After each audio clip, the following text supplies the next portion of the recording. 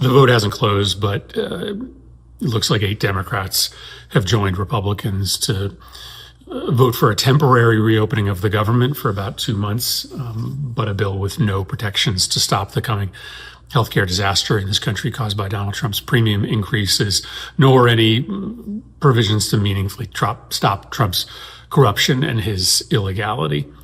You can see how tired I am. I've been here all weekend. I've been working throughout the past few weeks to try to prevent this moment. After the elections on Tuesday, it just became absolutely clear that the American people do not want Democrats to be bullied into submission. They want Democrats to fight for their health care. They want Democrats to fight Trump's illegality. Bullies gain power when righteous people yield in the face of their wrongdoing. I didn't want this shutdown. I want it to end, but not at any cost.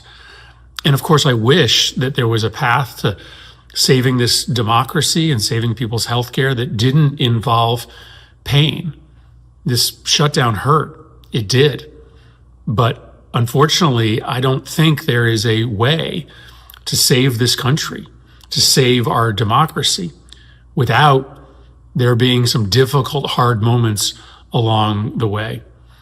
The people came out on Tuesday in huge numbers, and yes, it was a referendum on Trump, but it was also a referendum on us. And I think there's going to be a lot of very angry people out there in this country. I know there will be a lot of angry people out there in this country, having watched just a handful of Democrats join with Republicans. And we still have fights ahead where we've got to be able to unite as Democrats. This won't be the only consequential moment between now and next November. But there's no way to defend this. President Trump has issued sweeping pardons for several key allies who backed his effort to subvert the 2020 election results. That's according to the president's so-called clemency czar, Justice Department pardon attorney Ed Martin, who released a list on social media late last night that includes the names of 77 people who received pardons. They include Rudy Giuliani, Mark Meadows, John Eastman, Kenneth Chesebro, Boris Epstein, and Sidney Powell, among others. Now, Politico points out that the pardons are largely symbolic because none of those identified were charged with any federal crimes. Additionally, the document posted online is also undated, so it's not clear exactly when President Trump signed it. The pardon language explicitly states it does not apply to Trump himself. The White House and Justice Department did not immediately respond to requests for comment. So, Ken, there's a lot to sift through here. We know that President Trump has stacked his administration with some of those previous 2020 election deniers, those who claim falsely that he won the election. And symbolic or not, this is another symbol here that he's simply not going to play by the rules, and that these are people who he is yet another example in this administration where he has used the powers of government to punish his foes, and in this case, reward his friends, those who do his bidding.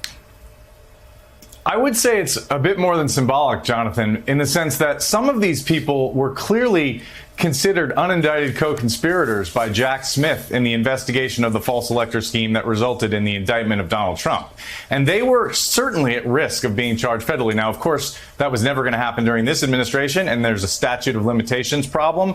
But often there are ways to get around statutes of limitations. And so some of these people had some real risk of being charged criminally in the false elector scheme if a Democrat or someone who's not like-minded with Donald Trump becomes the next president and controls the Justice Department. So this is a big deal, and it's just a continuation of what is happening within the Trump administration in terms of pardoning people who've committed very serious offenses. In this case, haven't been charged with offenses, but are believed by many people to have engaged in misconduct. And just it's about the political whims of Donald Trump. It's about who he likes and who he wants to help.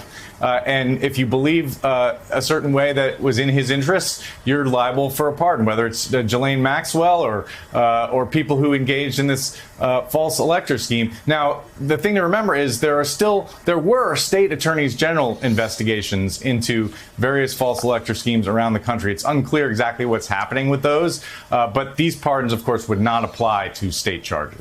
Are going to see at least a doubling in their premiums in the Affordable Care Act. In my state of Vermont and throughout this country, for certain groups of people, it will be a tripling and a quadrupling of their premiums. There are people who will now be paying 50% of their limited incomes for health care. Does anybody in the world think that makes sense? And if this resolution is passed tonight, we are on a pathway to throw 15 million Americans off of Medicaid and the Affordable Care Act. 15 million.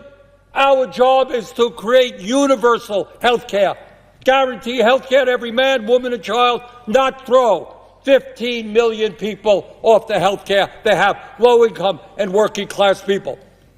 And my friends, know what you are voting on. Studies are out there that when you throw 15 million people off of health care, some 50,000 of our fellow Americans will die unnecessarily every single year. Anyone think that's funny? Something to laugh at? Something to just go past? I don't. 50,000 Americans die unnecessarily. Now, I know. All right, let's talk about what just went down, because somehow, even when Donald Trump gets handed a political gift, he still manages to blow it. Last night, 8 Democrats broke ranks and sided with Republicans to end the shutdown. And let's be real, that happened because of weak leadership from Chuck Schumer. They caved, and in doing so, threw a lot of working Americans under the bus. But here's the wild part. Even after that, Trump still found a way to screw himself. This whole shutdown wasn't just about politics or budgets. It was about control, and yes, it ties right back to the Epstein files. Trump wanted people to feel pain, sure, but he also wanted to keep certain things buried. And now, that plan just got a whole lot harder to pull off. While all that chaos was unfolding, Trump was busy in the background doing what he does best, rewarding loyalty and protecting himself.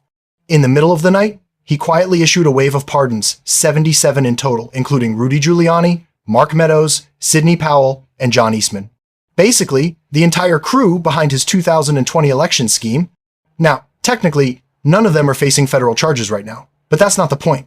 This is Trump's way of saying, I've got your back, stay loyal. It's about power, not justice. And the irony?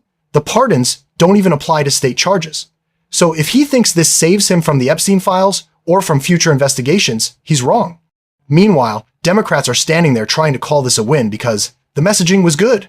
Really? Federal workers miss paychecks. Healthcare costs are still skyrocketing.